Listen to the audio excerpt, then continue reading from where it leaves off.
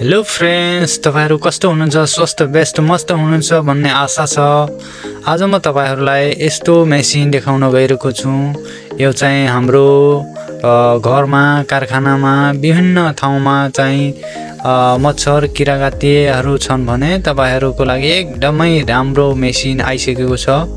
यो चाहिँ हाम्रो कुनै ठाउँमा धेरै मच्छर लाग्यो भने मच्छर भगाउने मेसिन पनि भनिन्छ।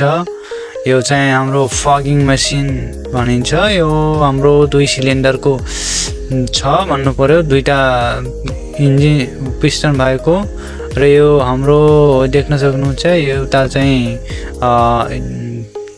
पानीको र अर्को चाहिँ डिजलको स्विच रहेको छ।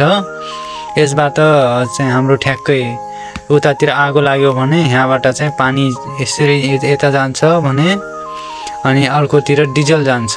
हाम्रो डिजल गइसकेपछि धुवा बनाउँछ, भित्र धुवा बनाइसकेपछि यो फाल्छ। फेरि यो पेट्रोलबाट चल्ने मेसिन हो।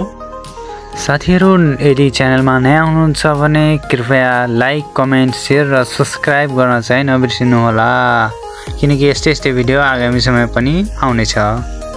अनि यो चाहिँ हाम्रो उतातिरको साइडमा अन अफ छ र अर्कोतिर चाहिँ हाम्रो त्यो रिसेट छ र यतातिर चाहिँ स्टार्ट गर्ने स्विच छ। स्टार्ट गर्ने स्विच र अर्को चाहिँ चार्जिङ लगाउने।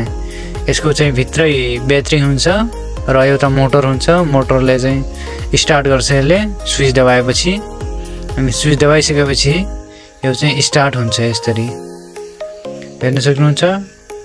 यदि तपाईहरुलाई पनि चाहिएमा सम्पर्क गर्नुहोला। यो चाहिँ हाम्रो कार्बोरेटर तलतिर देख्न सक्नुहुन्छ। यो चाहिँ चोक पनि भन्न सकिन्छ। उतातिर गर्दाखेरि अन र अफ हुन्छ।